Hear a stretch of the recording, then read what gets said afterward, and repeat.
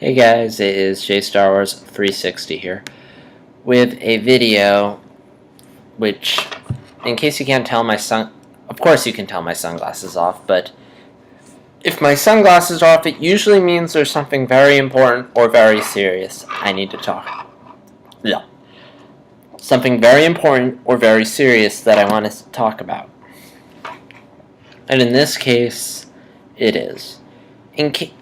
As you guys know, I am a huge fanatic of film. I mean, I do so many reviews of trailers, my thoughts going into videos, film reviews, which I even go out of my way to write film reviews.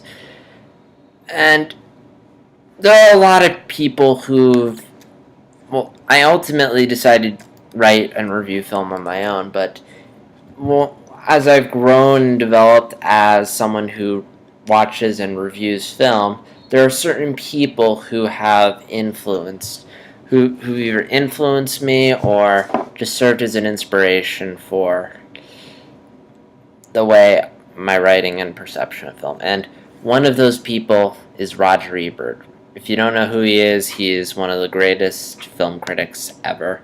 He's regarded as the best film critic ever. Out Nostalgia Critic did a wonderful video on Siskel and Ebert, which was the review show that Roger Ebert was part of with Siskel,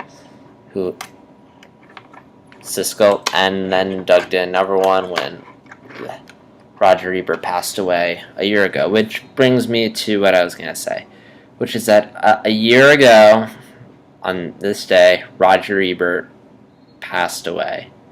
And I feel like, first off, I feel like Doug Walker pretty much hit the nail on the head with what made Roger Ebert so great. I mean, he's been a fan of him way longer than I am. And again, I'll have a link to this description of the video because it's truly wonderful and it truly hits the nail on the head. But at the same time, I did feel like I wanted to say something about Roger Ebert. Because I did watch quite a bit of his reviews before he passed away, and I still watch his videos to this day. And I really love him. I mean, this is a guy who you really get the sense that he really cares about what he says and what he really means about what he says. Like, he'll just go, like, if you read his reviews, there's just, when he loves a movie, you can clearly see that he loves it.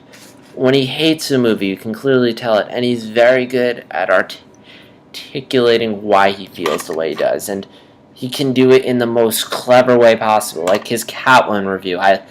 When I watched Catwoman because Nostalgia Critic was reviewing it, and I wanted to watch it and give my own 2 cents on it, I'm pretty sure I wrote, actually let me bring it up right now, it's on my computer, but I'm pretty sure first off, I hated the movie, it sucked, but I said, like, this is something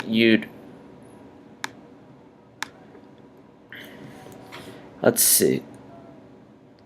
I said, unless you enjoy looking at Halle Berry in her sexy catsuit, then I would say this is a definite skip. Yeah, because basically that's the only good thing in the movie is that Halle Berry is attractive. And Roger Ebert remarkably agreed with me. He's like, there are 3 good things in this movie. Halle Berry's face, Halle Berry's body, and her costume. Those are all first rate. Everything else in the movie is awful, and that pretty much sums it up. And it's stuff like that that'll make me like Roger Ebert. And what I liked is he wasn't afraid to disagree. Like, there are a lot of instances where there'll be a movie that a lot of critics will not really be that big on, like Road to El Dorado, Sinbad, I'm trying to think whatever, or Phantom Menace, and he'll actually like it. And it's interesting to hear from someone who has a different opinion, and it kind of shows that it's okay to like something that everyone else hates. We all have those movies. I mean, there's another critic who also inspires me that way, but I'll talk about him probably at a later point. But point is, Roger Ebert, it's okay. If just because everyone else says something sucks doesn't mean you have to. And again, with stuff like Roger Ebert's Phantom Menace review, you can get that other side. Or The Wild. I hate that movie, but Roger Ebert likes it. And I think that's a really interesting alternative. Or there'll be movies where Roger Ebert won't like it and everyone else will. Like, I'm trying to think. Toy Story 3, he wasn't that big on Toy Story 3. And, which, I mean, well, I love Toy Story 3. I mean, I can understand. I've been on that side of being the one person who doesn't like a movie that everyone else likes. Like, the final Harry Potter movie. I was never really that big on the Harry Potter movies in general, and the fact that a critic's out there disliking a movie that everyone else likes kind of gives me inspiration to just stick with how I feel about it, or the recent Hobbit movie, which I was not big on.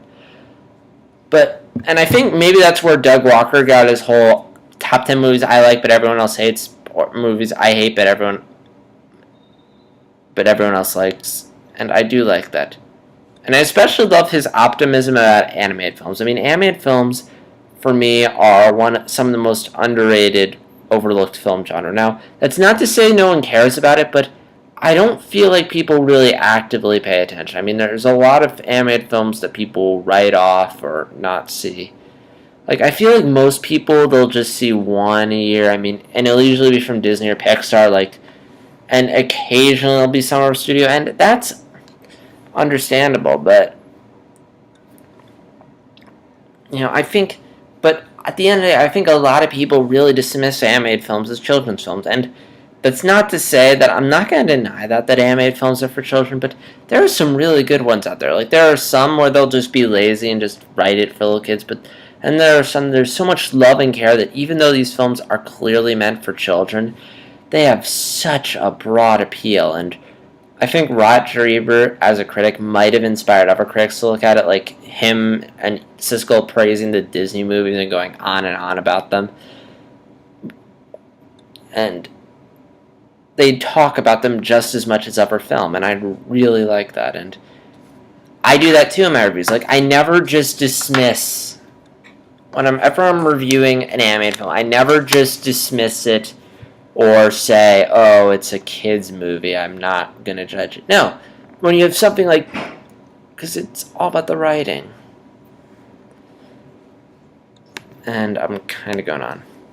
But yeah, I mean, Roger, and what I love about him is that, I mean, again, Doug Walker says pretty much everything much better than me, but I just want to say this. Roger Ebert may be gone, but he's left a wealth of stuff for us. I mean, there are tons of movies. He has reviewed so many movies, like probably over hundreds upon hundreds of films he's reviewed.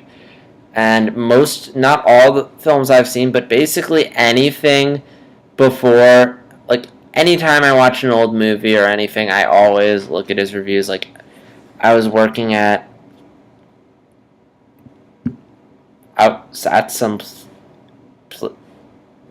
once I was at a camp and they were doing Wizard of Oz versus Charlie and the Chocolate Factory, and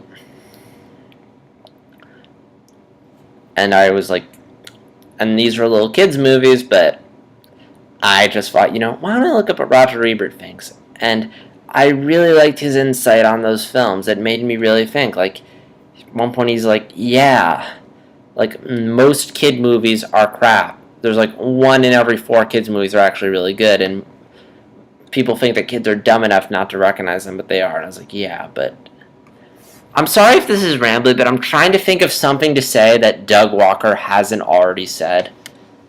But yeah, he has left behind a wealth of reviews, and I'm probably going to continue looking at them for many years to come.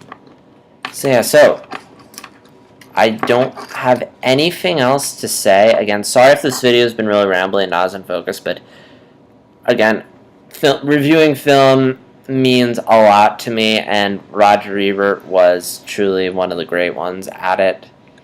And I just thought I'd say something about him, since again he did unfortunately pass away today. And I mean, I know everyone has to die eventually, but at the same time, it's kind of like, I kind of wish Roger Ebert had lived a little longer. Like, and I know a lot of people say that about everyone, but it's like, there are just a bunch of movies out there I would have loved to have known what Roger Ebert would have thought of them. Like, Frozen. Roger Ebert loves Disney movies. I would have loved to have known what he would have thought of Frozen. Or we have a new Star Wars movie coming out. I wonder how Roger Ebert would feel about that. Or Kung Fu Panda 2 came out. In his review of Kung Fu Panda 2, he said he's interested in what... I mean, he said he was interested if Poe or Tigress were going to get together in Kung Fu Panda 3, but I think he was genuinely interested in Kung Fu Panda 3, and I would have loved to have known what he would have thought of what he thought about Kung Fu Panda 3. Or same thing with Siskel. It's like he never lived to see what Pixar became. He died unfortunately after Toy Story 2, so he never got to see Finding Nemo, Up, The Incredibles, or Toy Story 3. And I really miss that. Wish he had, but at the same time, it's like, again, I'll say, Doug Walker probably said this false say so, right? Even though they've gone number one, I mean, I think we've learned a lot from Roger Ebert, and again, like I said, he's left behind a wealth of reviews for us to look at, and again, I'll be reading them for years to come. So yeah, again, sorry if this video's been rambling, but I did really want to say something about this. And yeah, and again, sorry if I haven't been doing a good job making eye contact. I've been trying to make eye contact the best I can, but again, that's why I wear the sunglasses, so that way I can't. But anyway, this video is getting really rambly, so JStars360 signing out, and if you haven't watched anything by Roger Ebert yet, please do. He's a wonderful critic.